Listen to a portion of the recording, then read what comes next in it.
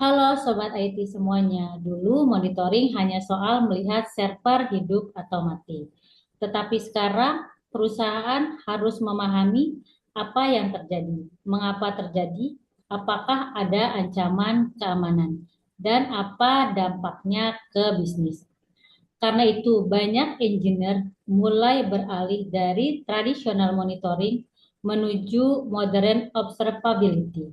Dan menariknya, banyak yang mulai melirik kombinasi open source antara Zabbix, Wazoo, dan Grafana.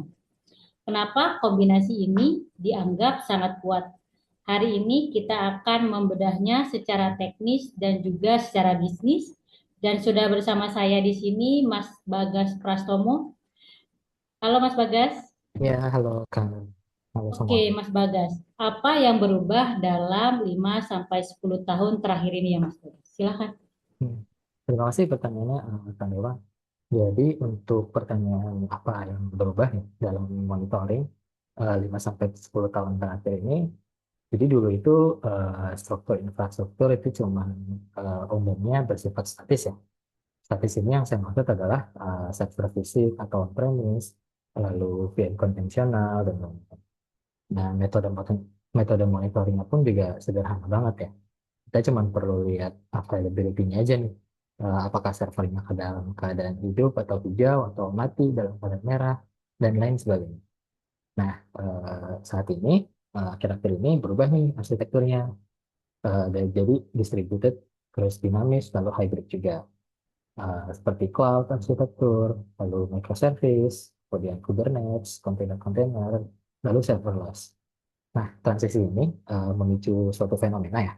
Fenomenanya itu namanya data deluge, yaitu volume log metrik dan alert yang dihasilkan itu jauh melebihi kapasitas pemrosesan. Jadi volume log ini dan metrik-metrik datanya ini sebelum kita proses itu kita udah di flooding sama informasi yang begitu banyak. Nah, di sini itu masalahnya nih. Monitoring modern ini nggak sekadar fokus hanya indikator hijau atau merah ya, nyala atau mati, tapi melibatkan pemahaman tentang hubungan antara peristiwa atau korelasinya. Jadi ketika ada sebuah insiden itu, ngandelin satu dashboard aja nggak memadai ya. Jadi kita perlu nyambungin beberapa data dari berbagai sudut pandang. Nah, di sini itu peran Zabbix, Grafana, sama Wazoo itu perannya penting banget. Jadi Zabbix ini berfungsi buat mengevaluasi kinerja dan ketersediaan juga availability. Lalu Zabbix juga bisa memberikan pemberitahuan ya jika terdeteksi peningkatan penggunaan CPU atau lonjakan trafik jaringan pada server. Kemudian Wazoo juga bertugas untuk memantau dari segi aspek keamanannya nih. Lalu Wazoo juga mampu mendeteksi aktivitas yang mencurigakan, kayak serangan brute force atau perubahan pada file system yang uh, insiden insiden ya terjadi bersamaan sama lonjakan trafik atau penggunaan video ini. Nah, lalu Grafana berfungsinya sebagai platform yang integrasi data dari Hadoop dan Wazoo ke dalam satu visualisasi yang jelas dan mudah dipahami. Jadi kurang lebih seperti itu Pak perbedaan. Oke, Mas Bagas. Kenapa nih Mas banyak engineering bilang Zabbix itu lebih fleksibel dibandingkan dari tradisional monitoring tools ya? Oke, terima kasih pertanyaannya Kak. Untuk kenapa engineer banyak bilang lebih fleksibel, karena engineer itu pada dasarnya sangat menyukai kebebasan dan standarisasi. Dan di Zabbix ini ngasih eh, kombinasi sempurna lewat sistem template sama media types-nya. Jadi dengan sistem template di Zabbix kita tidak perlu menggunakan konfigurasi manual ya satu persatu. Kita juga langsung bisa membuat satu blueprint monitoring yang spesifik, misalkan template untuk server database PostgreSQL atau web server Nginx. Terus kita apply semua template-nya ini ke dalam ribuan server hanya bisa bisa dalam hitungan detik aja, jadi kayak gitu. Jadi jika ada perubahan parameter atau uh, aspek-aspek monitoring yang lainnya, kita cuma butuh merubahnya itu di satu template master aja nih. Dan ketika kita udah apply ke satu template master itu, semua servernya akan otomatis terupload. Jadi seperti itu. Dan nggak cuma fleksibel aja ya dalam pengambilan data, Zabbix juga bisa mendistribusikan informasinya lewat media teks yang fleksibel juga nih. Integrasi pengiriman alatnya itu banyak banget ya. Kita bisa dengan mudah melakukan customisasi script menggunakan webhook bawahan atau langsung nembak notifikasi alert secara real time ke platform-platform seperti Telegram, lalu Discord, Slack, dan lain-lain. Bahkan kita juga bisa untuk kebutuhan incident enterprise ya, kita bisa langsung buat tiket di Jira atau ServiceNow sampai kita bisa ngirimin SMS gateway atau mungkin panggilan telepon darurat ke engineer yang lagi standby kalau ada insiden kritis di tengah malam. Seperti itu, Pak. Oke, Mas Bagas. Nah, Mas, apakah SOC modern harus mulai terintegrasi dengan infrastruktur monitoring? Jawabannya iya, kurang lebih. Karena SOC modern, SOC itu Security Operation Center ya. Kalau SOC-nya itu buta terhadap kondisi infrastruktur atau tim ops yang buta juga terhadap keamanan, ini bisa jadi kombinasi tepat juga nih buat menuju bencana, bencana cyber. Dulu security sama infrastruktur itu bekerja di dunianya masing-masing, kan. Tim ops itu fokusnya sama performa, apakah server lambat, ataukah ada bottleneck dalam perangkat keras server, dan lain sebagainya. Sedangkan tim security itu fokus pada serangan nih, ada malware atau aktivitas mencurigakan dan di server. Nah, gitu. Masalahnya, hacker-hacker modern ini memanfaatkan celah di antara kedua ini nih, Kak. Jadi serangan ransomware atau cryptojacking kan seringkali nggak langsung memicu alarm keamanan yang jelas ya.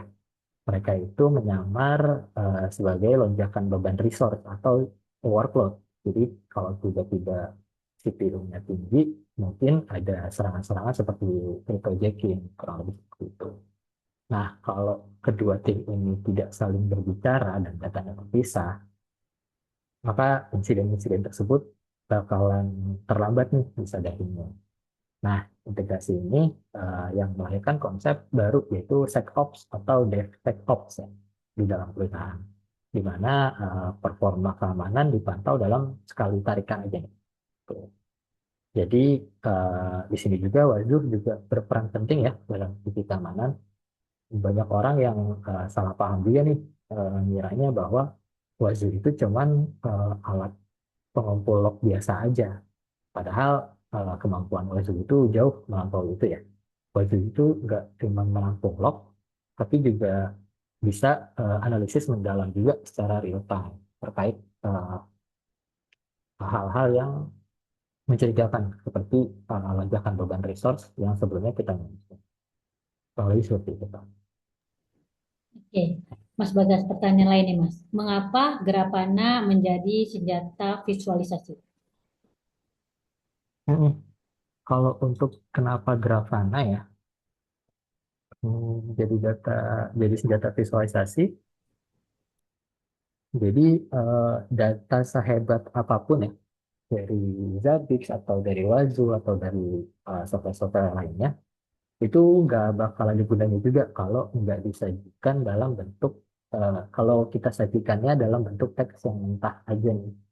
Jadi kenapa ya Grafana penting? Nah, di sini Grafana itu masuk sebagai senjata atau alat ya yang mengubah tumpukan-tumpukan data mentah teks itu menjadi cerita visual yang bisa dipahami sama siapa aja, dari engineer sampai bos besar.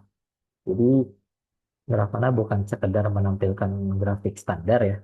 Grafana juga bisa menyediakan ekosistem plugin. Pluginnya ini visualisasinya sangat kaya banget ya. Mulai dari Geomat atau Flame Graph atau Gauge yang interaktif sampai Node Graph juga kita bisa memetakan arsitektur microservice yang ada dalam uh, ekosistem perusahaan kita gitu. Jadi tampilan dashboardnya juga estetis ya. dan dinamis juga. Jadi ngasih kesan bahwa Grafana ini adalah tools yang profesional gitu.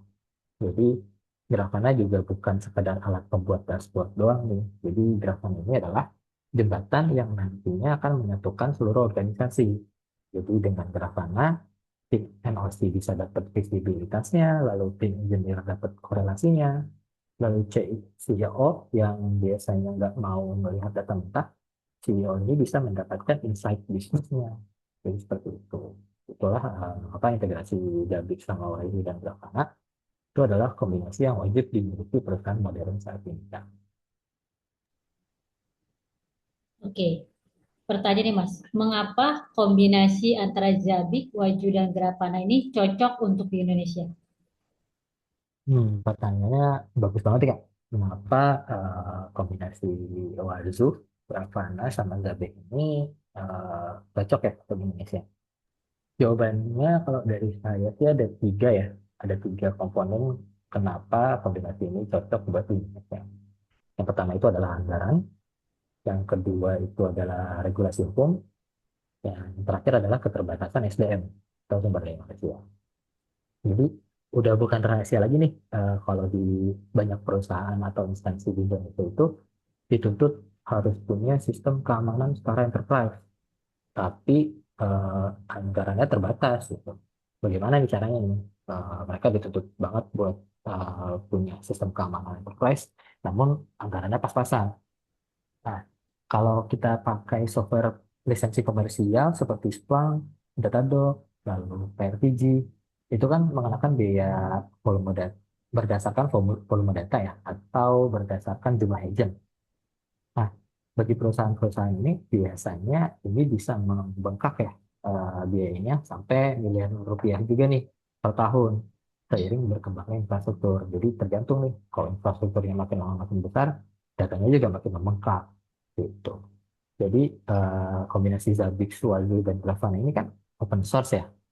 Makanya dari itu karena tadi open source karena ya mereka tidak terlibat ya, terikat dengan license.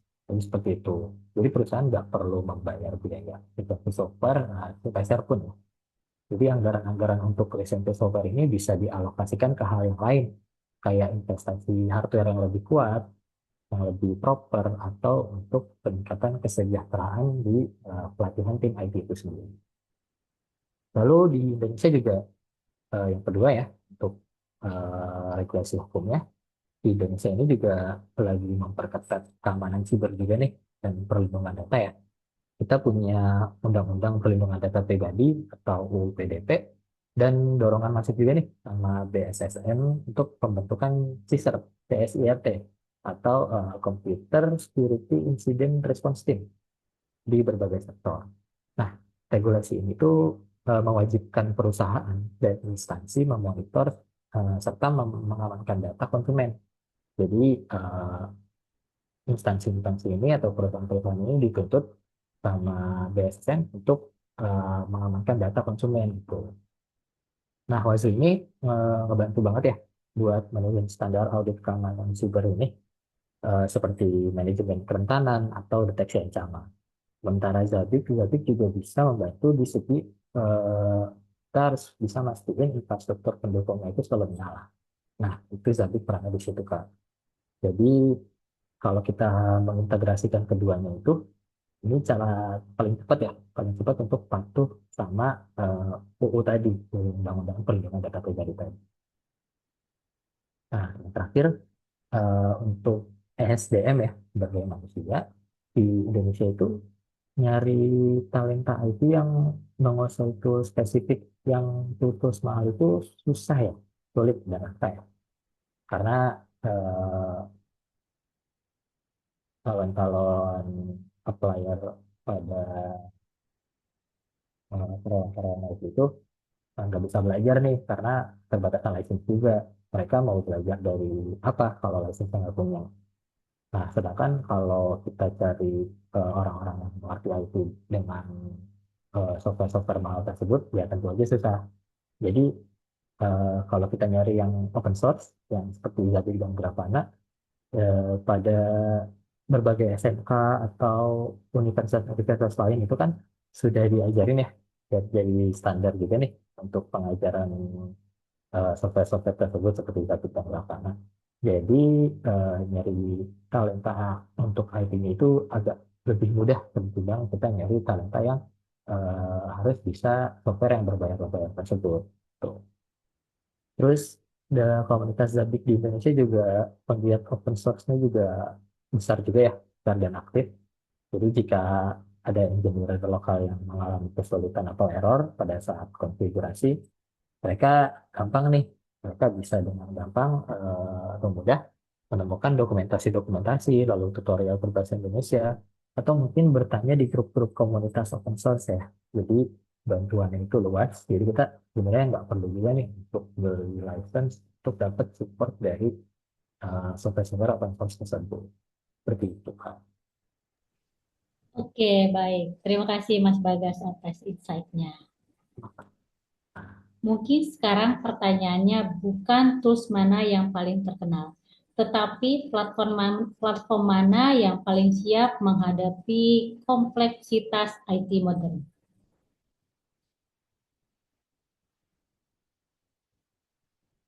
Kalau Anda tertarik membangun modern observability berbasis open source atau ingin memahami bagaimana membangun ITXM platform untuk enterprise Indonesia, jangan lupa follow YouTube DCM Group karena masa depan monitoring sudah berubah. Terima kasih. Terima kasih semuanya. Selamat siang, Pak.